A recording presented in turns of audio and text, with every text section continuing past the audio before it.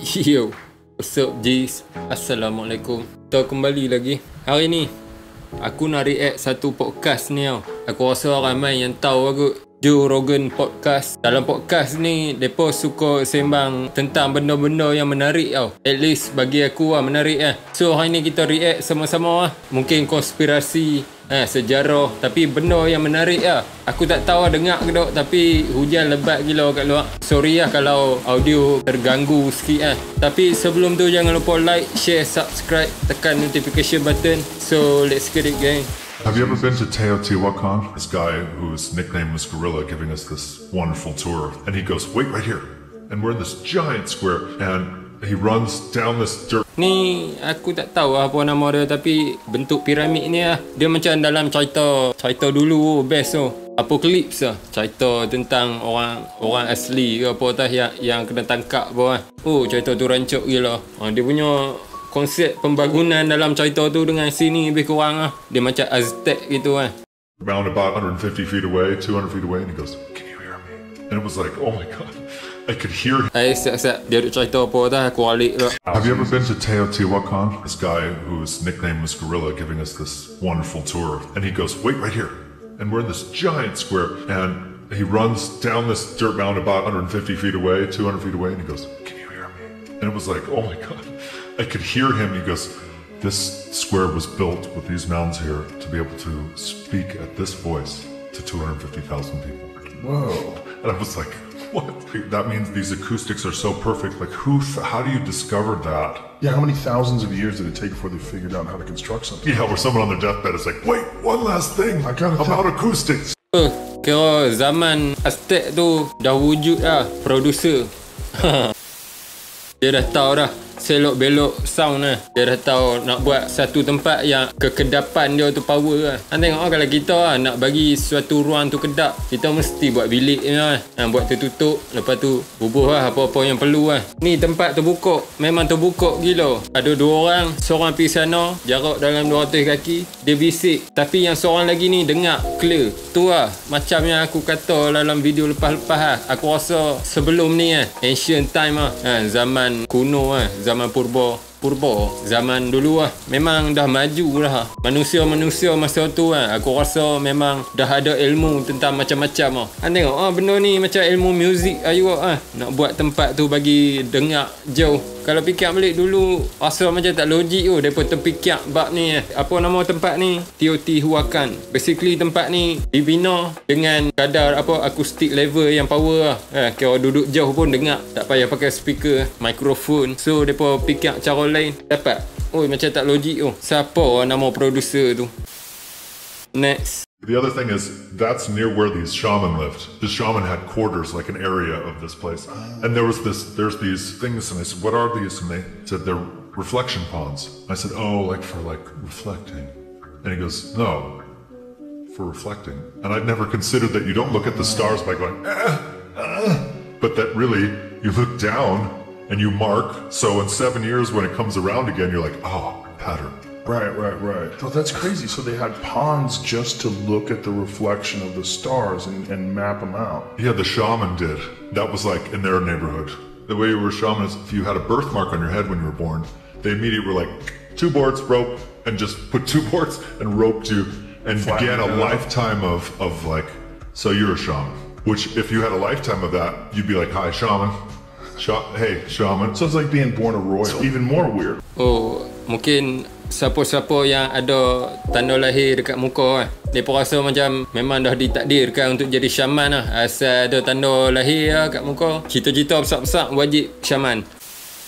Kita duk rasa orang dulu ni tak ada ilmu engineering lah, ilmu apa-apa je lah. Tapi semua dah ada. Siap, power dan tak logik. Kalau zaman law ni, kita boleh kata logik lagi lah, nak buat benda yang luar jangkauan lah, dengan teknologi yang ada apa. Tapi zaman dulu, kolam untuk mark pattern bintang lah. Tak tahu lah mereka nak kira pattern bintang tu untuk apa. Macam kalender aku pun tak tahu. Aku minat topik-topik macam ni. Next. Roughly 11,000, 12,000 years ago, we were hit by a series of comets. It's pretty evident that that's a fact. Something happened that reset civilization. And there's very little evidence of advanced civilizations up until recently, up until the last couple of decades. They started uncovering things like Göbekli Tepe and all these other structures that are clearly from more than 12,000 years ago.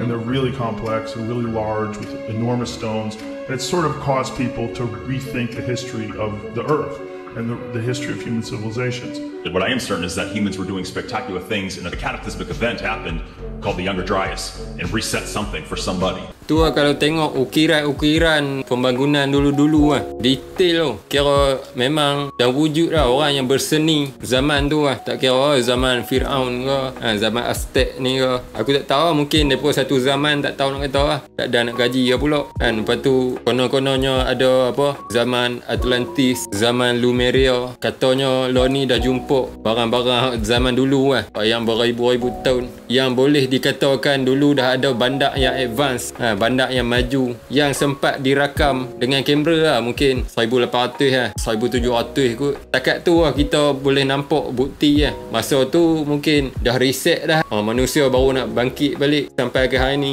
untuk maju lah.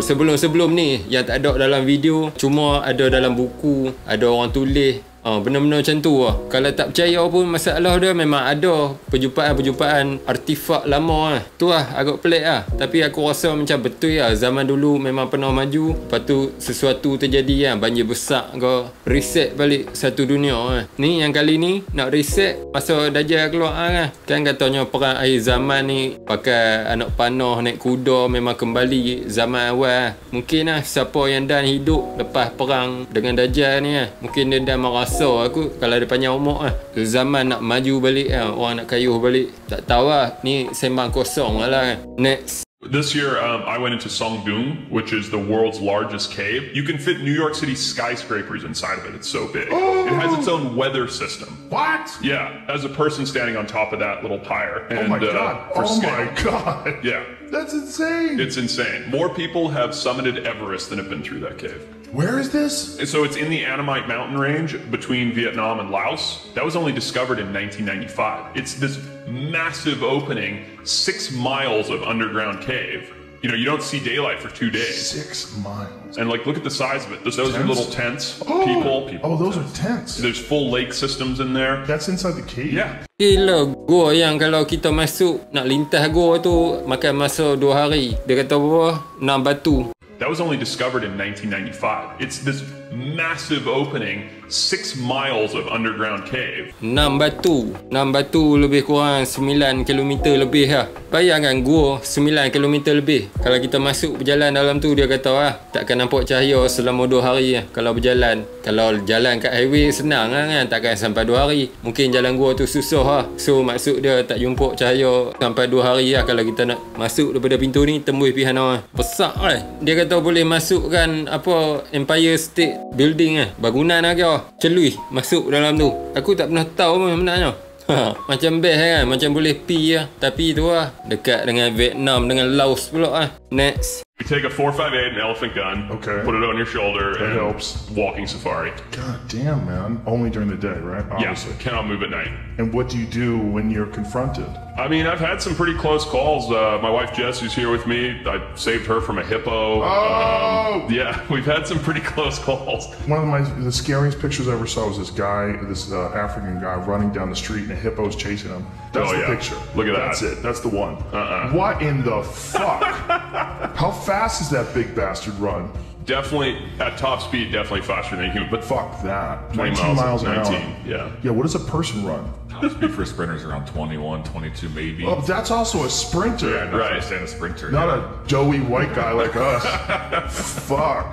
Gila kalau tengok hippo macam tak logik kan, lari laju 19 batu per hour laju pada manusia. Kalau kita tengok dia macam boleh makan lah kan, memang boleh lari lah. Dia nampak macam tu, nampak macam sekolah lepak dalam air. Lepas tu kaki menguap, lepas tu tak ada taring lah, gigi pun macam tumpul lah. Tapi dia ganas. Kalau manusia kena tokok tu pakai duduk situ lah, boleh bercamping dalam mulut dia. Lagi satu, uish, boleh buat walking safari. Maksud dia tu safari lah kan, macam kita pergi zoo kan, pergi safari, naik safari.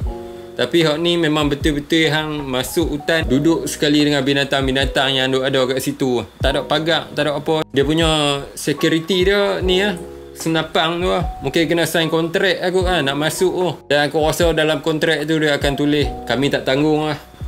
Kalau mati kena tokok, putih tangan, kena rengau sampai botok, kami tak tanggung lah. Hang yang nak masuk lah, hang yang sign kontrak. Apa-apa pun kau kena tembok lah. Next. This video is fucking bananas. Oh, yeah. This guy's on a motorboat and the hippo is swimming after him like a torpedo. So this is where I'm from. This is Zimbabwe. Really? Yeah.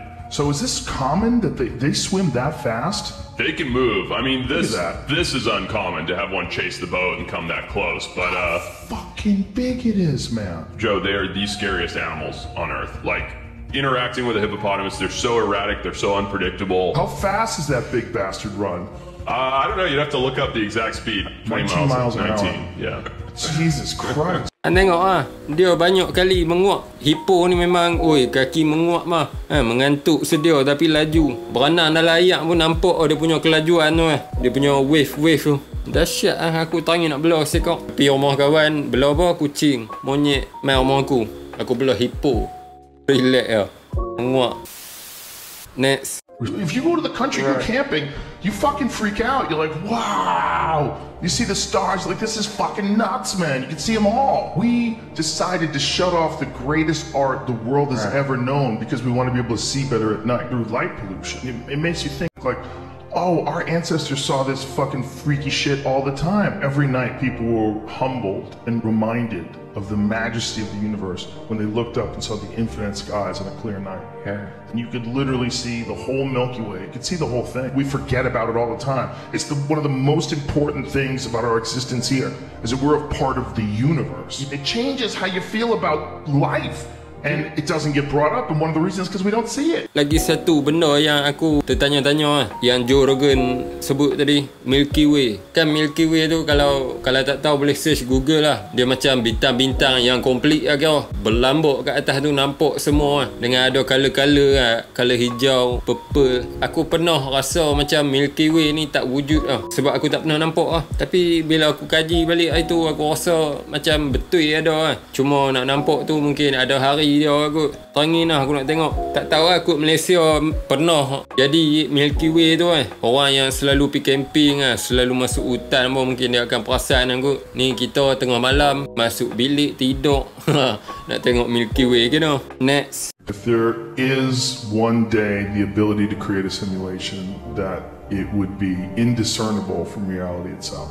Say if we're not in a simulation yet. If we're working on virtual reality in terms of like Oculus, if things continue to improve, computational power, the ability to replicate biological feedback, touch and feel and smell, you gotta imagine that 20 years from now, it might be indiscernible. You might be able to create a virtual reality that's impossible to discern from the reality that we're currently experiencing. And if that is the case, how do we know if we're in it? Tu lah kalau fikir-fikir balik kan, teknologi yang makin berkembang Kalau ni dia pun nak buat virtual semua computerized lah kau.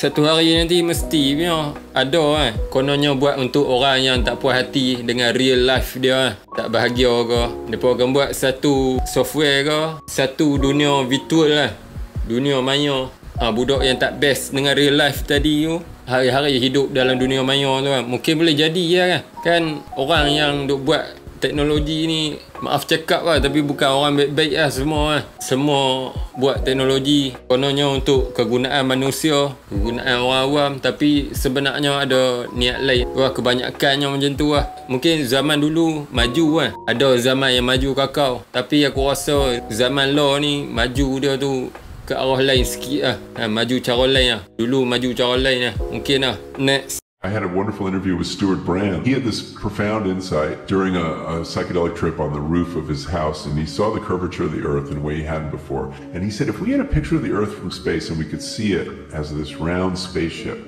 that would change everything. This is 1966. We had never seen a picture of the Earth from space yet. And he realized, I have to start a campaign to get NASA to turn the cameras around. They're on their way to the moon. Show us the Earth from space. And he said, I'm going to make a campaign. I know. And he said, this is on LSD. I'll make a button. Very important medium in 1966. And what should the button say? It should be a little paranoid to get people's attention. Why haven't they shown us an image of the Earth from space? He started a campaign. He started selling these buttons. And the campaign got in the newspapers, and it goes viral, as viral as you could get in 1966. And 2 years later, NASA produced that image. So it's those kind of memes that psychedelics introduces into culture, and that changes culture. That image changed culture. Psychedelic ni aku tak tahu nak explain lah. Tapi dia ada dadah psychedelic lah. Dia macam dadah halusinasi. Dia kira dia main dengan mata kita lah. Fikiran kita jadi lain lah. Aku ada dengar macam mushroom dekat Malaysia ni aku pun tak tahu, tapi tak sama lah dengan mushroom dekat luar lah. Dekat Amerika lah. Amerika ni mushroom dia kategori psychedelic drugs. Contoh lah Ali kan, dia makan dadah psychedelic lah. Lepas tu dia duduk dalam hutan, dia jadi macam akal dia tu jadi lebih panjang. Kadang-kadang kita boleh fikir benda yang tak terfikir. Lepas tu aku tengok video lah, ada orang tu dia boleh cipta sesuatu benda tu, aku tak tahu benda apa. Sebab dia makan ni lah, dadah psychedelic lah. Dia macam akal dia jadi panjang, dia boleh fikir sampai dia boleh cipta satu benda. Tak tahu aku tak pernah try lah kan. Lepas tu ada pula yang kata sampai boleh dia halusinasi. Bayang lah, makan tu aku rasa dalam sejam ke setengah jam lah kan efek dia. Tapi apa yang kawan tu halusinasi tu, dia rasa macam dia duduk dalam dunia lain selama berbulan-bulan tau. Dalam real life dia sebenarnya sejam dua kan, tapi dia halusinasi tu sampai dia rasa macam berbulan-bulan tau. Jumpa perempuan ni, lepas tu dia kahwin, dia beranak pinak. Ada yang jadi macam tu pula Menarik juga bab psychedelic drugs ni. Next. Have you ever seen that video? It's local news people all saying like the exact same thing. It's really weird. Yeah, that's it. We are extremely proud of the quality, balanced journalism that CBS 4 News produces. But we are concerned about troubling trend and irresponsible one-sided news stories plaguing our country. The sharing of biased and false news has become all too common on social media.